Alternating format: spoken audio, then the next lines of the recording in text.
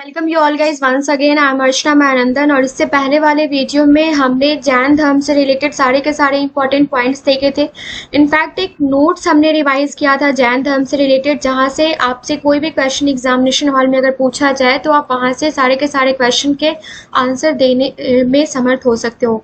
सो यहाँ पे कुछ 50-80 क्वेश्चन है जो हम कवर करेंगे। कुछ क्वेश्चन है जो उस नोट से रिलेटेड है और कुछ क्वेश्चंस ऐसे हैं जो पिछले सालों में जैन धर्म से रिलेटेड पूछे गए हैं।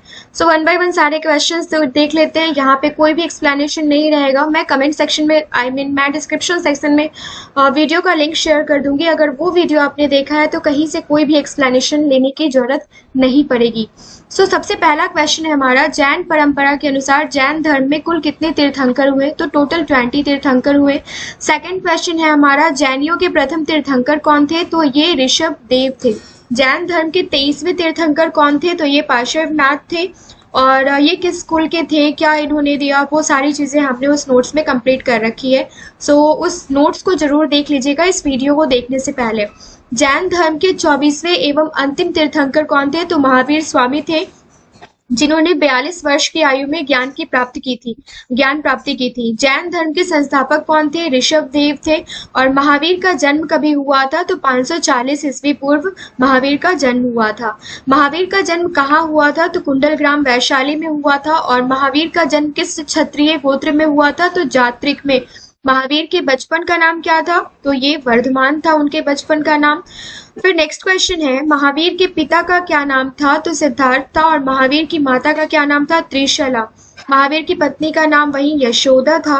और इनकी 2 पुत्रियां थी, अनुजा और प्रियदर्शनी। महावीर को किस वृक्ष के नीचे संपूर्ण ज्ञान की प्राप्ति हुई थी? तो साल वृक्ष के नीचे, ऋजुपालिका नदी के किनारे, या किस नदी के किनारे? आप मुझे कमेंट सेक्शन में कमेंट करके बताइए, क्योंकि ये सारी की सारी चीजें हमने कंप्लीट कर रखी है। इनकी फर्स्ट संगीति जो हुई थी ये बिहार में हुई थी, और सेकंड संगीति जो हुई थी ये गुजरात में हुई थी। कहाँ हुई थी, इसकी अध्यक्षता किसने करी थी, और उसका क्या आउटकम निकल के आया था, वो सारी चीजें आपको नोट्स में देखने को मिल जाएंगी। 15 नंबर क्वेश्चन है, महावीर को किस स्थान पर ज्ञान की प्राप्ति हुई थी? तो जंभिक के समीप ऋजुपालिका नदी के तट पर। ओके। भगवान महावीर का प्रथम शिष्य कौन था? तो ये कौन था? जमाली, इनका खुद का दामाद। महावीर ने अपना उपदेश किस भाषा में दिया था? तो ये दिया था प्राकृत भाषा में। ओके। जियो और जीने दो किसका सिद्धांत था? किसने कहा था? तो ये महावीर स्वामी ने कहा था। और नेक्स्ट क्वेश्चन है क्वेश्चन नंबर 19, महावीर की मृत्यु, जिसको निर्वाण शब्द से डिनोट किया जाता है, 1468 ईसा पूर्व में 72 वर्ष की आयु में किस स्थान पे हुई थी? तो पावापुरी, राजगीर, बिहार में हुई थी। फ्रेंड्स, अगर इस वीडियो में कोई भी कमी नजर आती है तो हमें कमेंट सेक्शन में कमेंट करके जरूर बताइएगा। और नेक्स्ट क्वेश्चन है क्वेश्चन नंबर 20, महावीर की मृत्यु के बाद जैन संघ का अगला अध्यक्ष कौन हुआ था? तो ये सुधर्मन हुआ था। और महावीर ने जैन संघ की स्थापना कहाँ की थी? तो पावापुरी में की थी। प्रथम जैन तीर्थंकर ऋषभ देव का प्रतीक चिन्ह क्या है? तो ये सांड था। और द्वितीय जैन तीर्थंकर जो थे अजीत नाथ, उनका हाथी। और 23वें जैन तीर्थंकर पार्श्वनाथ का प्रतीक चिन्ह क्या था? ये आप मुझे कमेंट सेक्शन में कमेंट करके बताइए। और 24वें एवं अंतिम जैन तीर्थंकर महावीर का प्रतीक चिन्ह था सिंह। तो कौन सा बच जाता है? सर्प। राइट, आपको आंसर आपका मिल गया होगा क्वेश्चन नंबर 24 का। जैन धर्म श्वेतांबर एवं दिगंबर संप्रदायों में कब विभाजित हुआ था? तो ये चंद्रगुप्त मौर्य के शासनकाल में। आगे सारे के सारे एक्सप्लेनेशन के लिए आप मेरे प्रीवियस वीडियो को देख सकते हैं। स्थूलभद्र के शिष्यों को कहा जाता है श्वेतांबर, श्वेत वस्त्र धारण करने वाले। क्वेश्चन नंबर 29 है, प्रथम जैन संगीति कभी हुई थी? तो ये 300 ईसा पूर्व हुई थी। कहाँ? बिहार में। और प्रथम जैन संगीति कहाँ हुई थी? तो पाटलिपुत्र। ओके। नेक्स्ट क्वेश्चन है, प्रथम जैन संगीति के समय अध्यक्ष कौन थे? स्थूलभद्र थे। द्वितीय जैन संगीति हुई थी 6ठी शताब्दी में। और द्वितीय जैन संगीति कहाँ पर हुई थी? तो बल्लवी, गुजरात में हुई थी। क्वेश्चन नंबर 34, द्वितीय जैन संगीति के समय अध्यक्ष कौन थे? तो श्रवण थे। और खजुराहो में जैन मंदिरों का निर्माण किन शासकों ने करवाया था? तो ये चंदेल वंश के शासकों ने करवाया था। मौर्योत्तर युग में जैन धर्म का प्रसिद्ध केंद्र कौन सा था? तो ये मथुरा था। ओके। मथुरा कला का संबंध किससे है? तो जैन धर्म से है। और जैन तीर्थंकरों की जीवनी भद्रबाहु द्वारा रचित किस पुस्तक में लिखी गई है? कल्पसूत्र में। और संस्कृत भाषा में ये लिखी गई है, ये भी पेन डाउन कर लीजिएगा। निम्नलिखित में से कौन सबसे पूर्वकालीन जैन ग्रंथ कहलाता है? तो ये 14 पूर्व। और नेक्स्ट क्वेश्चन है, ऋग्वेद में किन 2 जैन तीर्थंकरों का उल्लेख मिलता है? तो ये ऋषभदेव और अरिष्टनेमि का। जैन धर्म को अंतिम राजकीय संरक्षण किस वंश के शासकों ने दिया? तो ये गुजरात के चालुक्यों ने दिया था। और निम्नलिखित में से कौन सी बात बौद्ध धर्म तथा जैन धर्म में समान नहीं है? तो आत्मदमन समान है, ये दोनों ही भगवान को नहीं मानते हैं।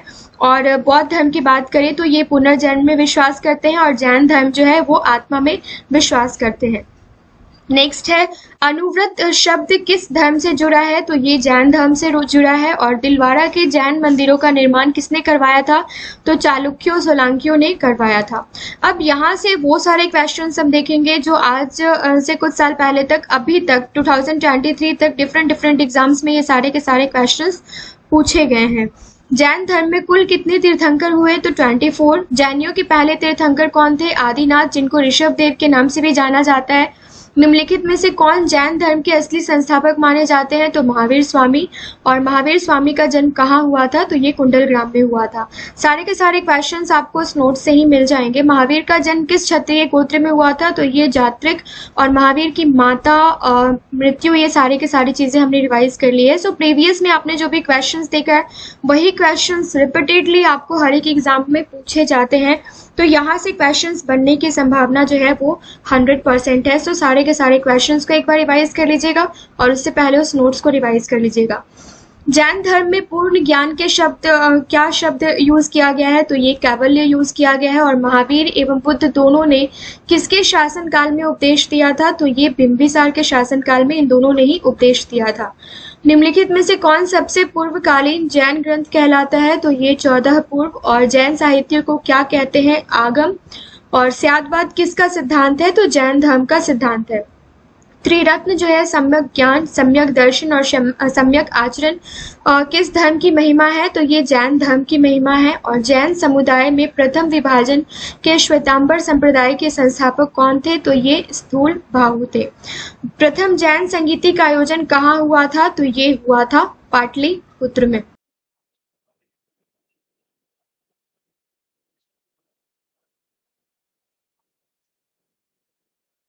ये लास्ट स्लाइड है जिसमें हम जो क्वेश्चंस है वो देखने वाले हैं। कुछ क्वेश्चंस यहाँ पे आपको रिपीटेड दिखेंगे, ये क्वेश्चंस रिपीटेड नहीं है, मैं बस ये कुछ स्लाइड्स हैं जहाँ पे आपको दिखाने की कोशिश कर रही हूँ पिछले कुछ सालों में कैसे क्वेश्चंस पूछे गए हैं। सो इसलिए क्वेश्चंस आपको रिपीटेड दिख रहे होंगे। क्वेश्चन नंबर 19 है, द्वितीय जैन संगीति का आयोजन कहाँ हुआ था? तो ये वल्लभी में हुआ था, गुजरात में। ओके, और 6ठी शताब्दी में।